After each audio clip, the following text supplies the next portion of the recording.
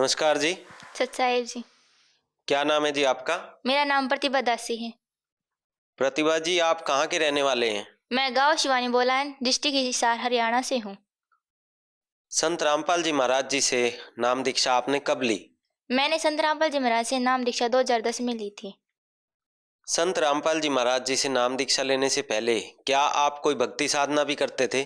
हाँ, करते थे। मेरे पापा, मेरे दादाजी थे वो शिवम बाबा जी थे, और पूजा तांत्रिक सब देवी देवता की पूजा, मूर्ति पूजा, और हनुमान जी की तो सबसे बड़ी पूजा हमारे घर में होती थी। आपके दादाजी खुद गुरु थे और आप भक्ति साधनाएं आपके परिवार में जो होती थी, उन सब से आपको क्या क्या लाभ प्राप्त हुए? हमें कोई लाभ नहीं हो रहे थे, बल्कि मेरी मम्मी को उससे हानि ही हो रही थी। मेरी मम्मी को प्रेत बाधा थी, और जब आटा छानते हैं प्रेत में तो भी उसे करंट लगता था, और मेरी मम्मी कोई काम नहीं कर पाती थी, और बहुत भूत प्रेत से बहुत पीड़ित रहती थी। तो आपने बताया कि जो पहले आप भक्ति साधना आपके परिवार में थी, उससे आपकी मम्मी को प्रेत बाधा की दिक्कत थी। फिर संत रामपाल जी महाराज जी के बारे में आपको कहाँ से जानकारी मिली? मेरी मम्मी को सब जगह दिखा लिया था, मेहंदीपुर, सालासर, जितने भी देव देवता होते हैं वहाँ पे सब कुछ करवा लिया था। स्याणे वगैरह भी सारे पूज लिए थे। फिर मेरे दादाजी बोला, आप सभी जगह जा तो चुके हो, आप मेरे कहने से एक बार, मैंने संत रामपाल जी महाराज का नाम सुना है जो बरवाला में आए हुए हैं, आप उनके पास भी जाके देख लो। मेरे दादाजी के कहने से मेरे पापा जी और मेरी मम्मी जी और मैं भी साथ में संत रामपाल जी महाराज की शरण में गई थी। आपने बताया कि आपके घर में प्रेत बाधा थी और दूर नहीं हो रही थी। तब आपके दादा ने आपके पेरेंट्स से कहा कि आप सब जगह घूम चुके हो पर इलाज नहीं हो पा रहा है, आप एक बार संत रामपाल जी के पास जाओ।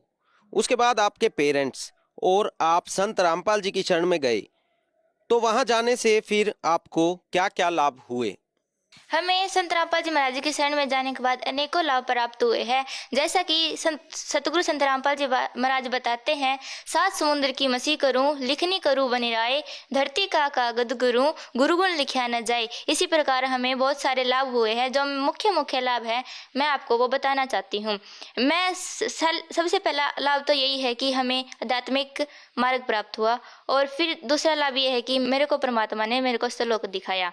जब मैं छोटी थी, लगभग 7 साल की, तब मेरे पापा बोले, प्रतिभा तू मंत्र कर ले। मैं बोली ठीक है पापा जी, मैं अभी नहीं करूंगी, मैं बाद में कर लूंगी। मम्मी बोली तुम भी इसके साथ ही लगे रहते हो, मंत्र कर लो मंत्र कर लो। पापा बोले कोई ना, मंत्र करके ये खेल लेगी। मैं मंत्र करने बैठी जहाँ दरबार साहब होता है उसके सामने। तो फिर मेरे को वहाँ मंत्र करते करते नींद आ गई, और सपने में परमात्मा आए और बोले, बेटा श्लोक चलोगे? मैं हाँ गुरुजी। भक्ति किस लिए करते हैं? श्लोक जाने के लिए करते हैं। मैं हाँ अवश्य चलूंगी श्लोक गुरुजी। गुरुजी बोले ठीक है। फिर हम काल के लोक में पहुंचे पहला। फिर वहाँ पहुंचने के बाद काल जो है वो पीठ लगाए बैठा था, और वो बोला मैं जाने नहीं दूंगा। फिर परमात्मा बोले ये मेरा शिष्य है, आप मेरे साथ आई है तो इसलिए जाने दो। उसने अपना जो गर्दन होती है वो झुका ली, और परमात्मा ऊपर गई। फिर मैं बोली परमात्मा मेरे को डर लग रहा है, मैं इसके ऊपर भी नहीं चढ़ पाऊंगी। फिर परमात्मा बोले कोई ना, तू कोशिश कर, आ जाएगी। मैं ऊपर चली गई। फिर परमात्मा बोले बेटा ये सतलोक आ गया। हम तभी तक बाहर ही खड़े थे। बोले कि ये सतलोक आ गया, तुम कुछ खाओगे? मैं हाँ गुरुजी, मेरे को कुरकुरे बहुत पसंद है, मैं वो खाऊंगी।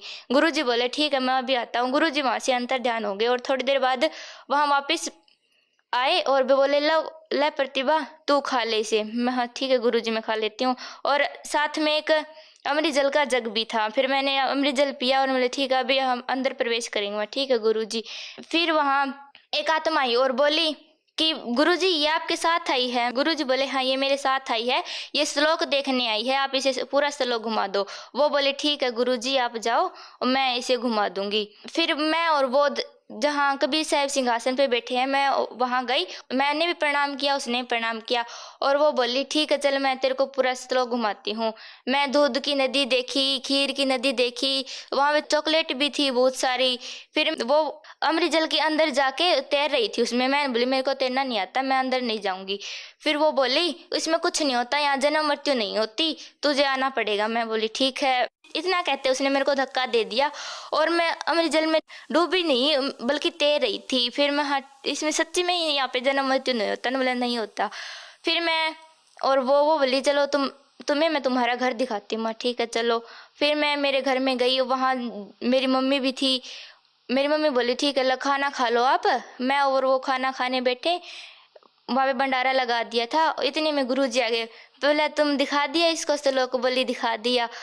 फिर मैं बोली परमात्मा हम वहाँ जो भोग लगाते हैं वो लगाना। यहाँ परमात्मा हंसने लगे, बोले कि वहाँ तो हमारे को कर्ज चढ़ता है, यहाँ कोई कर्ज नहीं चढ़ता। वहाँ यहाँ आपकी मर्जी है, आप लगाना चाहो तो लगा सकते हो, लगाओ तो लगा लो, ना लगाओ, कुछ नहीं होता, यहाँ कोई कर्ज वर्ज नहीं चढ़ता। फिर वहाँ ठीक है गुरु उसने हमारे सबके विधान दिखाए। और फिर मैं बोली गुरुजी मैं अब नहीं जाऊंगी नीचे। गुरुजी बोले तुम्हें इंटरव्यू नहीं देना नीचे जाके, और देते हैं तो भी देना। फिर मैं ठीक गुरुजी ने इतना कहा और मैं नीचे आ गई। फिर जब मैं उठी तो मैंने मम्मी को सब में बताया, घर में बताया कि मैं श्लोक गई थी। और फिर दूसरा लाभ मुझे ये मिला कि मेरे पापा हैं जो पशुओं का छप्पर होता वो बना रहे थे, और उसमें से पापा ने हाथ रखा है, वो ऊपर की कड़ी वगैरह टूट गई और पापा सीधे गर्दन के बल नीचे गिर गए, जिससे मेरे पापा के जोते खराब बता दिए थे। और डॉक्टरों ने कह दिया था कि आज के बाद तेरे पापा कोई काम नहीं कर पाएंगे। और हमने परमात्मा सतगुरुदेव रामपाल जी महाराज से प्रार्थना लगाई, जिससे अब मेरे पापा बिल्कुल ठीक है।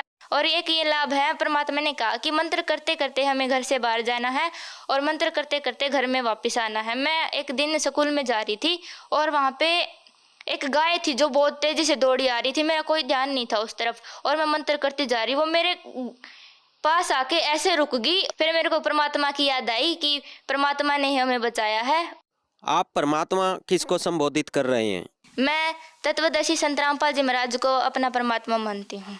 मैं एक लाभ और बताना चाहूँगी, जो लोग बहुत कोचिंग लेके भी NIT कुरुक्षेत्र तक नहीं पहुंच पाते, बहुत कठिन परीक्षा देनी पड़ती है उसके लिए। और अब मेरी दीदी सिविल इंजीनियर बैच में स्टडी कर रही है, जो कि संत रामपाल जी महाराज की दया से ही हुआ है। तो जैसा कि आपने बताया कि 7 साल की उम्र में संत रामपाल जी महाराज जी आपको सतलोक लेकर गए। अभी आपकी कितनी उम्र है? अभी मैं 16 साल की हूँ। यानी कि आप बहुत ही छोटी उम्र से भक्ति स्टार्ट कर चुके हैं, और अभी 16 साल की उम्र में, जिस उम्र में कि बच्चे आज के समय में मोबाइल में गेम्स खेलते हैं या टीवी में कार्टून्स देखते हैं, उस समय में आप इतनी बड़ी बड़ी भक्ति की बातें कर रहे हैं। क्या आपको ये अजीब नहीं लगता? नहीं, मैं देखती हूँ कि आजकल जो बच्चे हैं वो टीवी देखते हैं, मोबाइल में गेम खेलते हैं, अपना टाइम ही वेस्ट करते हैं। और हम संत रामपाल जी महाराज की दया से हमें इनकी और इंटरेस्ट ही नहीं होता कि हम मोबाइल गेम खेलें। मैं तो अपने आप पे गर्व करती हूँ कि हम इन चीज़ों से बचे हुए हैं, और जिनके कारण हमारे परिवार में भी बहुत सारी खुशियाँ ही खुशियाँ। आपने बताया कि आपने छोटी सी उम्र में ही सतलोक देखा। संत रामपाल जी से नाम दीक्षा लेने के बाद आपकी फैमिली में बहुत लाभ हुए और आज आपके परिवार में खुशियां ही खुशियां हैं। तो जो श्रद्धालु आज आपको सुन रहे हैं, आप उन्हें क्या संदेश देना चाहेंगे? मैं उनको संदेश तो क्या, मैं हाथ जोड़कर ये प्रार्थना करना चाहती हूँ कि मानुष जन्म दुर्लभ है, मिले न बारंबार, जैसे तरवर से पत्ता टूट गिरे बहुर न लगता डार। मानुष जन्म पाए कर जो नहीं रटे हरि नाम, जैसे कुआं जल बिना फिर बनवाया क्या काम। अर्थात मानुष जन्म लाख 84 के बाद मिलता है, आप इसे व्यर्थ ना गुवाए और संत रामपाल जी महाराज से दीक्षा लेकर अपना जीवन सफल बनाई। संत रामपाल जी महाराज जी से नाम दीक्षा कैसे ले सकते हैं? संत रामपाल जी महाराज से नाम दीक्षा लेने का बहुत सरल उपाय है। संत रामपाल जी महाराज का सत्संग आता है कई चैनलों पर, जिसके नीचे कॉन्टैक्ट नंबर लिखे होते हैं। आप उन नंबरों पे कॉन्टैक्ट करके अपना नजदीकी नामदान केंद्र पूछ सकते हैं, और वहाँ पे आपको निःशुल्क नाम दीक्षा दी जाएगी। धन्यवाद जी। सत साहिब।